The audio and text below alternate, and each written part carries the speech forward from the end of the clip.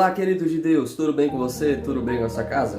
Pastor Carlinhos passando por aqui para compartilhar uma palavra maravilhosa para você.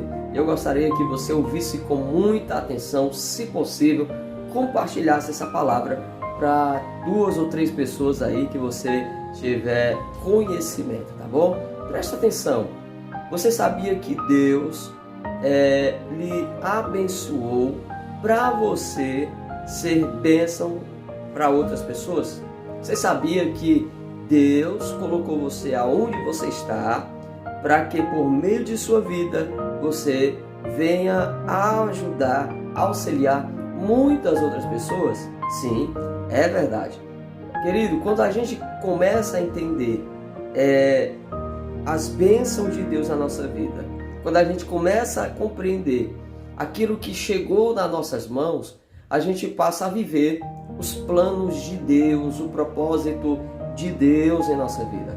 A palavra do Senhor no livro de Neemias, capítulo 1, a partir do versículo 2 em diante, nós vamos ver a história deste grande líder, que foi responsável por trazer de volta ali a força, o ânimo para o povo de Deus.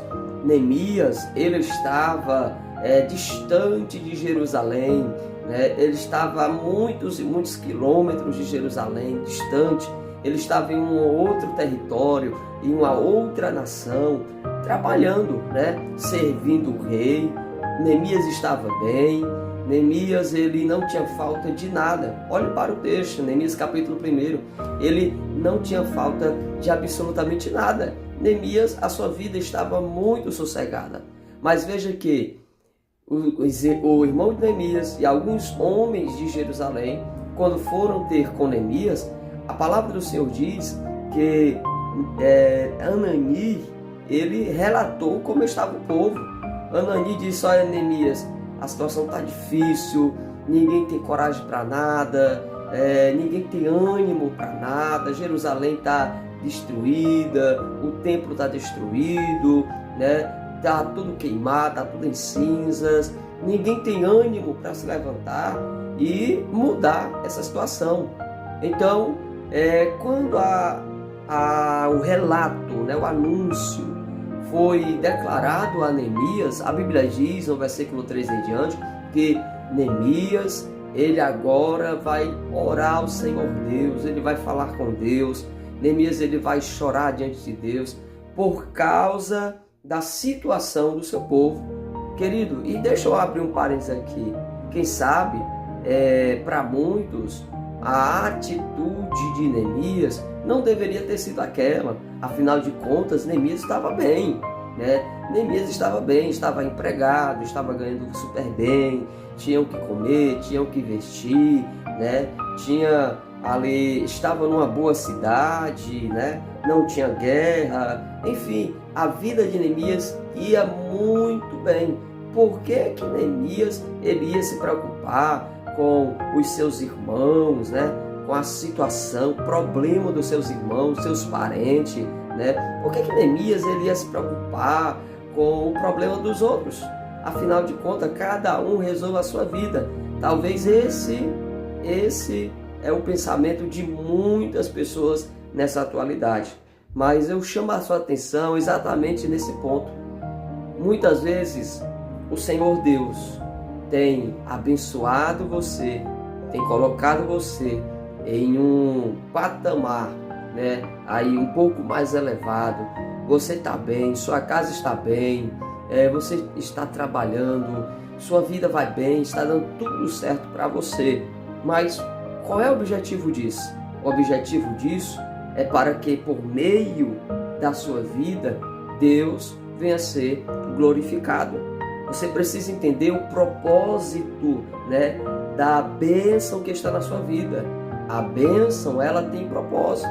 Você não está sendo abençoado só por ser abençoado, ou só porque talvez alguém aí mentalize, eu mereço de Deus, ou Deus me ama. Enfim, sabemos que Deus nos ama, mas as bênçãos de Deus, elas têm um propósito na nossa vida.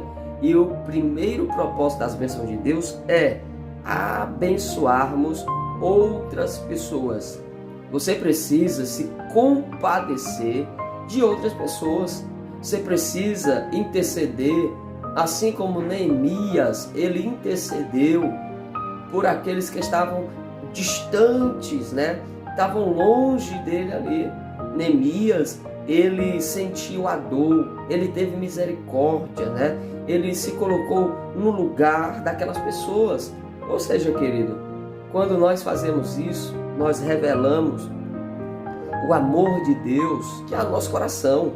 Quando eu me coloco no lugar do outro, quando eu sinto a dor, o sofrimento, a miséria, e eu passo a ser instrumento de Deus na vida dessa pessoa, né? Através da intercessão, através da ajuda. Veja que Neemias deixou, ele saiu do seu lugar, né? Tirou ali um tempo de férias, digamos assim, e foi ajudar o seu povo, foi ajudar a sua cidade, né? Ele usou os recursos que estavam nas suas mãos, chegou nas suas mãos para ajudar a outros, né?